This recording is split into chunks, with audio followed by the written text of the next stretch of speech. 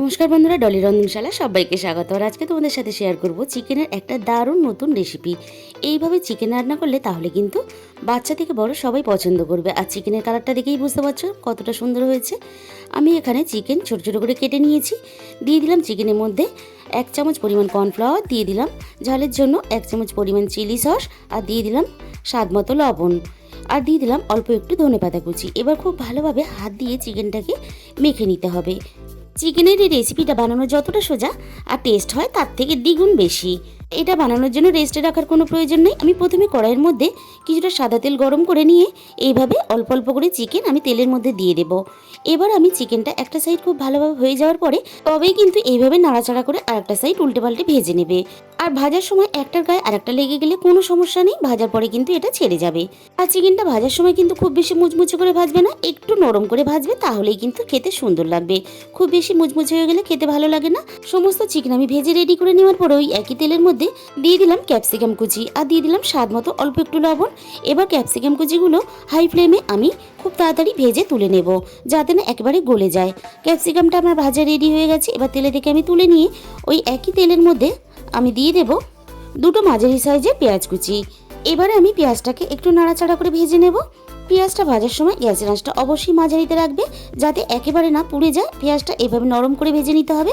এরপর একটা টমেটো কুচি দিয়ে দিলাম স্বাদ মতো লবণ। পেঁয়াজের সাথে আমি টমেটোটাকে ভেজে একটু নরম করে নেব। এরপরে আমি এখানে দিয়ে দিলাম প্রয়োজন মতো আদা রসুন বাটা। আদা রসুন বাটার কাঁচা গন্ধটা চলে যাওয়া পর্যন্ত আমি একটু নাড়াচাড়া করে সুন্দর করে ভেজে নিলাম।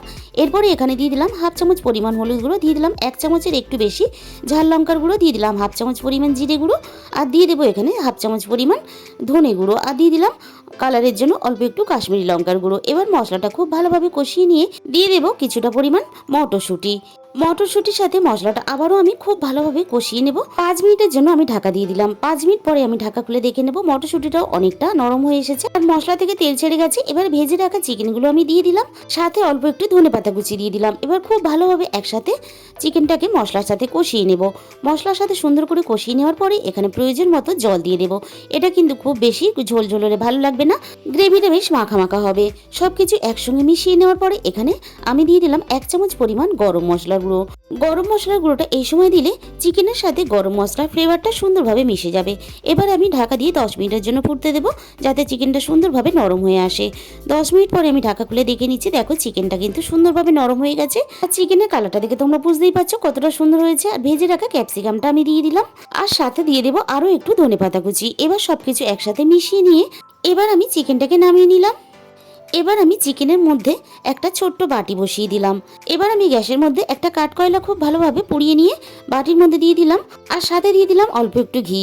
এবার আমি মিনিট 10-এর জন্য ঢাকা দিয়ে দেবো। দারুণ একটা স্মোকি ফ্লেভারের চিকেনের রেসিপি রেডি হয়ে গেল। তাহলে বন্ধুরা, আজকের এই রেসিপিটা ভালো লাগলে অবশ্যই আমার চ্যানেলটাকে সাবস্ক্রাইব করে নিও, এরকম নতুন নতুন অনেক রেসিপি পেতে। তাহলে আজকে এই পর্যন্ত।